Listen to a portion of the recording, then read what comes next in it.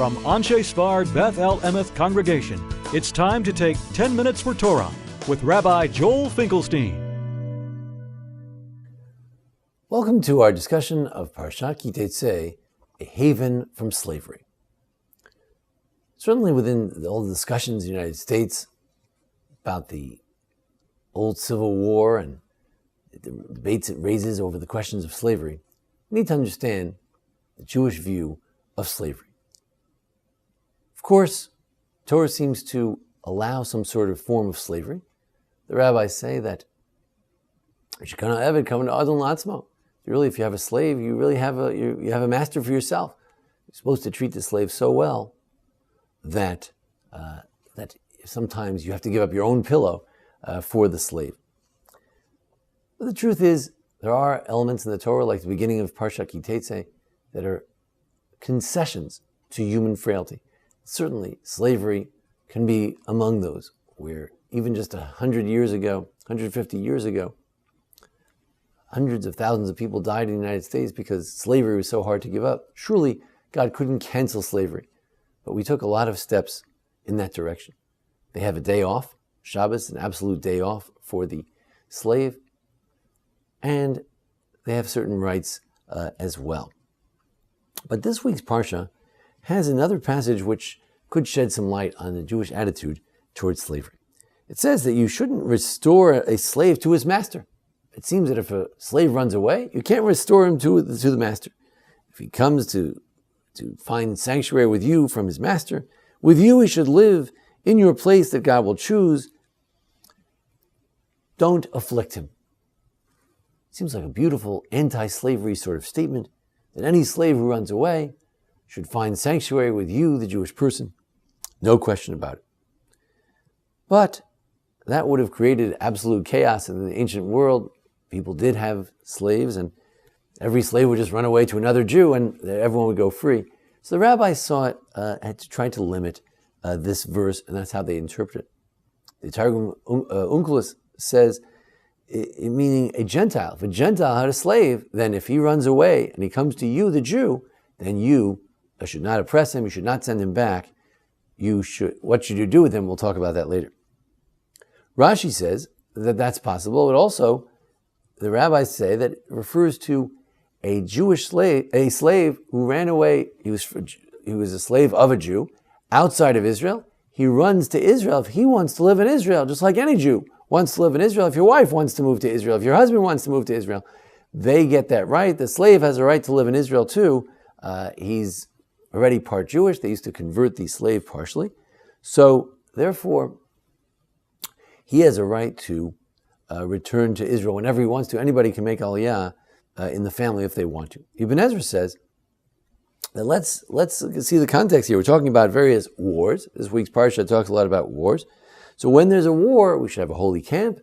And don't forget, sometimes there will be refugees, there will be asylum seekers from the enemy camp that will come to the Jewish camp and say, hey, I'm a slave, I'd be happy to be on your side. We find this in the book of Shmuel, where they have Eved Amaleki, the Amalekites, who were the great arch enemies. They had a servant who was working for Shaul, who was part of the Jewish camp, because surely it would be in the interest of slaves to try to cross the border to the other side and to try to be a resource for the Jews. As a matter of fact, the Ramban says that it could be very advantageous to have such a slave. Keep him. He'll tell you how to get back into the city, how to conquer the land, the weaknesses of the enemy. It's a good idea from a spying point of view.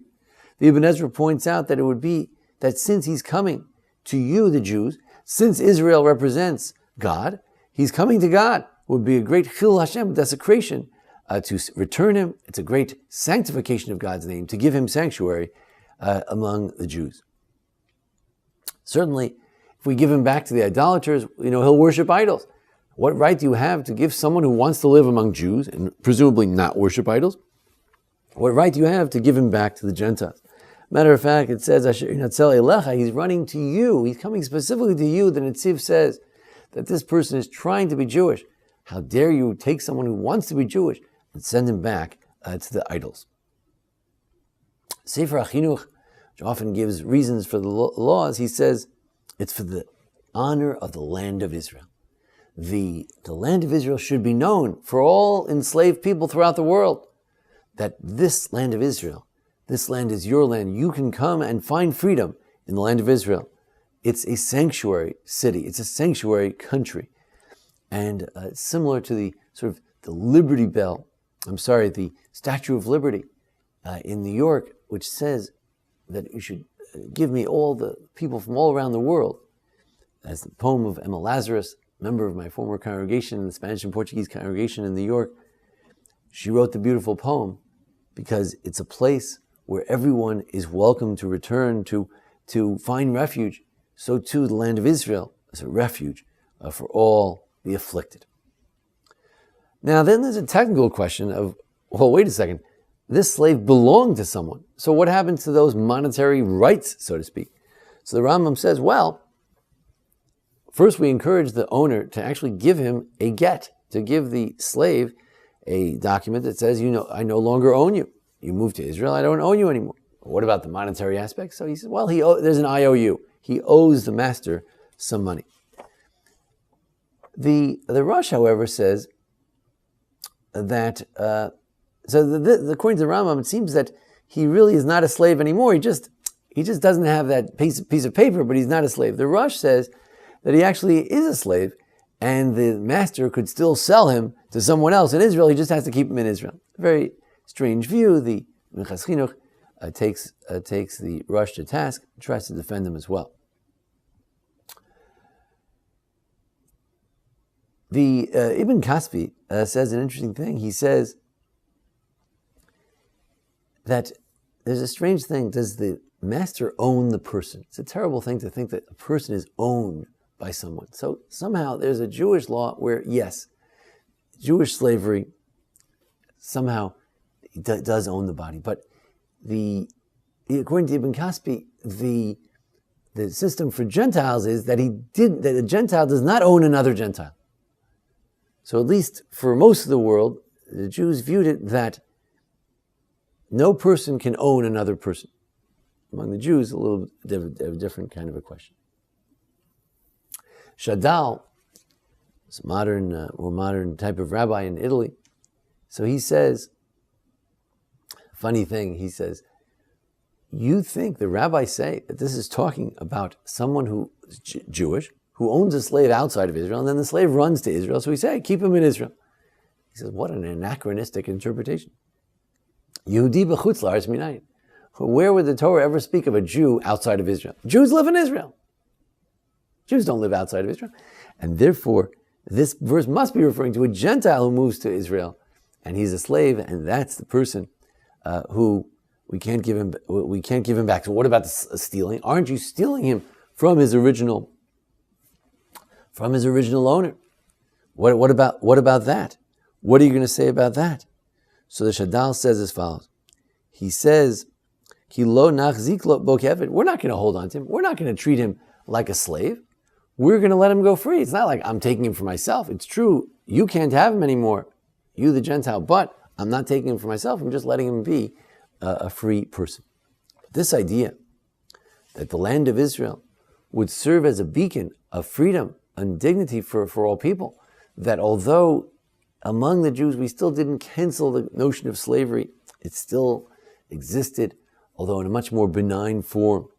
If you read the stories of the rabbis of the Talmud, some of whom had slaves, the love with which they spoke of their learned slaves who prayed, slaves who knew Talmud, Mishnah, linguistics, slaves who were very beloved to their masters, slaves these would joke around with them and have a good time with them. We see that Jewish slavery was a different kind of slavery, but nonetheless an unfortunate institution. But there were certain realms in which slavery was canceled by the Torah itself. Number one, Shabbos. You cannot have your slave as much as carry a book from here to the synagogue. If there's no Eruv, couldn't do it. Slave has a day off. Number two, it comes to the land of Israel vis-a-vis the rest of the world. Israel was a safe haven. Israel was a city of refuge. Israel was a place where anyone could run And they would know that in Israel they could find freedom, because in Israel, human dignity was preserved. In Israel, no Jew, no person could own another person, again with some exceptions. And the beginning of the cancellation of slavery, the beginning of the Emancipation Proclamation begins, the Torah itself begins in the Ten Commandments, it begins in this verse right here, Lo tonenu. He's particularly vulnerable, says the Rambam. There's even more restrictions against afflicting this person who's running away, more than a regular Jew, more than a convert, more than a usual convert. This is a particularly vulnerable person, and it's the vulnerable we want to protect. And the land of Israel is there for the refugees of the world. It's there for the vulnerable. That's the idea of the land of Israel. And that would be, hopefully, for the great glory of God. People would understand that when it comes to the Jewish people, there's mercy. It's a place, it's a land of mercy, a land hopefully filled with people who are merciful. And this would be to the great glory of God. Thank you for joining us here for our discussion of Parshat Ki Tetze. Join us each week for our discussion of the Parsha. And thanks to Jason Lefkowitz, our producer. Thank you. This has been 10 Minutes for Torah with Rabbi Joel Finkelstein. To learn more, visit asb.org.